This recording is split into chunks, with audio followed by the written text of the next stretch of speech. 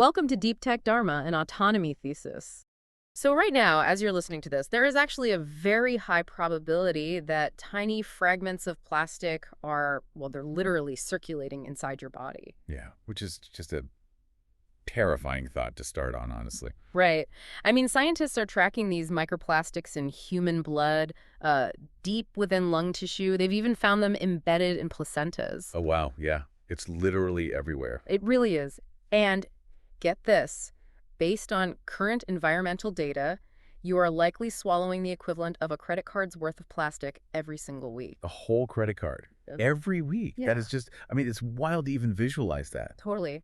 So, welcome to another deep dive. Today we're opening this really fascinating dossier on an Indian deep tech startup called Zero Circle. Yes, and this is such an important case study for anyone trying to understand the space. Exactly. Our mission here is to demystify startup knowledge for the common person. We're going to break down exactly how a complex deep tech company operates, right from the ground up. Because it's not just about cool science, right? It's about how that science scales. Right. How a highly unconventional idea actually transforms into a massive industrial solution, and why that matters to you in everyday life. Because this plastic in our bodies, it comes from everyday items we use for just mere seconds. Yeah, like chocolate wrappers or, the invisible linings inside paper coffee cups. Exactly. We use them for 10 minutes, but they stick around in our ecosystems for centuries. Okay, let's unpack this, because the person who decided to tackle this massive planetary health issue is not who you'd expect. No, not at all. And it's a crucial transition to understand. Like, when you hear a term like deep tech, it's so easy to just picture sterile underground laboratories, right? Totally. Guys in lab coats with billions in government grants. Exactly. Or, decades of esoteric research that never even sees the light of day. But commercializing deep tech is actually all about aligning these profound scientific discoveries with just brutal everyday market economics. Which brings us to Zero Circle's founder, Neha Jain. Right. Her trajectory is, well, it's basically a perfect case study in how modern deep tech actually gets built. Because she isn't a chemist, she is not a material scientist. The dossier notes she trained as a journalist originally and then spent about 5 years at Google. Yeah, mostly working in Google Analytics. Right, doing digital metrics, tracking data patterns. And then in July 2020, literally during the height of the global pandemic, she just pivots entirely. As a solo female founder, which is already a huge undertaking. Massive. And she launches this physical material sciences company, bootstrapping it initially with roughly 20 lakh rupees of her own funds. Which, I mean, in the software world, 20 lakh or about $24,000, that might get you a decent prototype, right? Yeah, you rent some server space, write some code in your living room, sure. But in physical material sciences, where you're procuring raw biomass and running complex chemical extraction tests, that is just a remarkably lean runway. Extremely lean.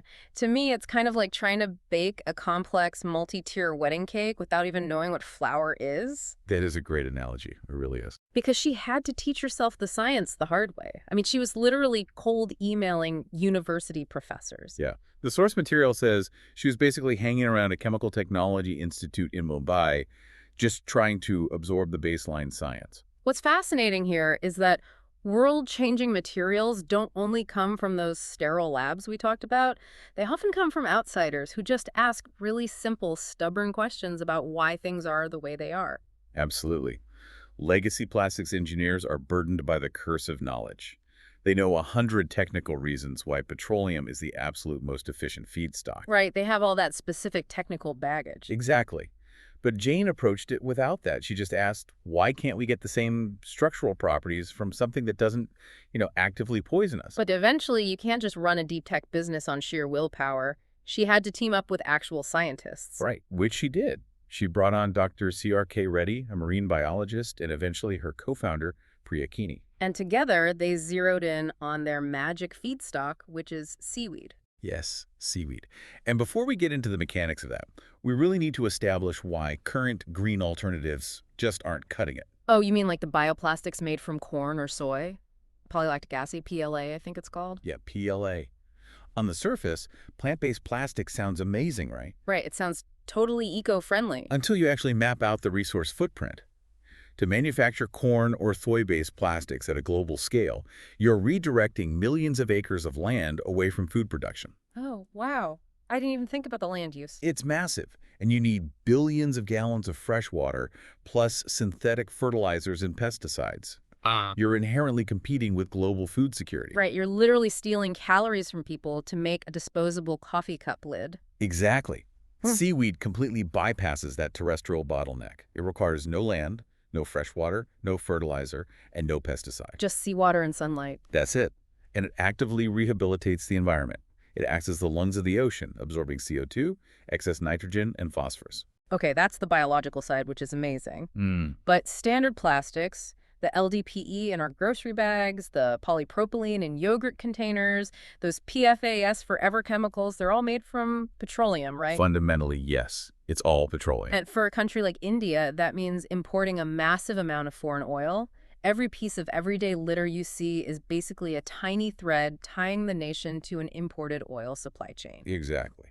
And Zero Circle breaks this by using local, red, brown, and green seaweed farmed right on the coasts of Gujarat, Tamil Nadu, and Maharashtra. Okay, wait, I have to push back here a little bit. Go for it. Are we just trading one massive supply chain for another? Like, how does farming the ocean at that industrial scale not just create a whole new environmental disaster? That's the critical question, right? If we connect this to the bigger picture, the distinction really lies in the localized nature of the solution. Meaning what, exactly? Well, petroleum extraction is inherently centralized and highly toxic. But Zero Circle designs their supply loop to be intensely localized. They aim to process and manufacture the packaging within roughly 200 kilometers of where the seaweed is actually harvested. Oh, okay, so it keeps the loop incredibly tight. Right. You're trading foreign oil dependency for a local ocean capability. It builds a sovereign, clean capability for the nation. That makes a lot of sense. But a greener material is useless if the entire manufacturing industry has to rebuild its factories to use it, right? That is the graveyard of green innovation. Because if a factory has to rip out a multi-million-dollar assembly line to use your seaweed paper, they're just not going to do it. No corporate board is authorizing that. The sustainable material has to adapt to the legacy machine. Right. And here's where it gets really interesting. Zero Circle engineered their three main products, a flexible film, a barrier coating for paper cups, and a chemical-free seaweed paper to act exactly like conventional plastics. Yes, this is what the industry calls a drop-in solution. And it is the true secret sauce of deep tech startups. Because it melts, it stretches, it heat seals, and it blocks liquids and fats exactly like petroleum plastic, right? Identically. It runs totally friction-free on existing packaging lines. The innovation isn't just saving the planet, it's making the transition economically invisible to the factories. A factory operator can literally just swap a roll of plastic for a roll of seaweed film, and the machine doesn't even know the difference. Exactly. That drop-in capability is everything. But, how does a startup actually prove that to a massive global brand? Like, you can't just walk into a multinational food company and say, trust me, it works, and it'll dissolve in the ocean. No, absolutely not. You need unimpeachable external validation. Which Zero Circle actually got, right? They did. In 2022, they won second place, which came with $250,000 in the Global Tom Ford Plastic Innovation Prize. And this wasn't just like a weekend pitch competition. No, this was a rigorous 9-month testing phase overseen by the University of Georgia's New Materials Institute and the Seattle Aquarium. 9 months, wow. Yeah, they had to prove it degrades in actual marine environments without leaving any toxic footprint behind. So that external validation essentially de-risks the technology for investors. Which brings us to the funding. Let's demystify their startup funding for the listener because they've raised about $4.9 million total. Right, including a roughly $2.3 million seed round led by Zeroda's Rain Matter with backing from Nithin Kamath, and a recent round co-led by 3i4 Capital. So in a software startup, $4.9 million buys you, what, engineers and Facebook ads? Pretty much, yeah, customer acquisition. But in deep tech, what does that money actually do? It buys physical infrastructure, procuring massive tonnages of seaweed, funding high-precision R&D equipment, and building pilot manufacturing facilities. It's the bridge between a lab prototype and industrial scale. Got it. And while they're building that bridge, they have these massive government policy tailwinds behind them. Huge tailwinds. And we should clarify, the government is the tailwind, not the captain. Oh, I like that analogy. It's like surfing. Having a great surfboard, the tech is one thing, but having a massive ocean wave pushing you forward, that's what actually gets you to the shore. Exactly. And in India, you have these strict bans on single-use plastics and tightening solid waste management rules coming up in 2026. Which forces companies to find alternatives. Right. And simultaneously, there's a national push for a blue economy to lift coastal communities by incentivizing seaweed farming. It pulls the market in the exact direction the startup is already rowing. Now, I want to be clear for you listening. We are just reporting on the contents of the dossier here. Yeah. These regulations and policies are heavily debated across the political spectrum, and we're not endorsing any specific political viewpoint. No, we're strictly looking at this from an operational standpoint. For a startup in this space, these policies generate incredible market momentum. Absolutely. But, every startup has massive hurdles. Let's bring us back to reality and look at the honest reckoning of scaling this business. Yeah, the unit economics. The brutal reality of physical manufacturing. Because the seaweed packaging still has to match plastic on performance, but also beat dirt cheap petroplastic on price at a massive scale. Which is incredibly hard. Petroleum has a century-old, hyper-optimized supply chain.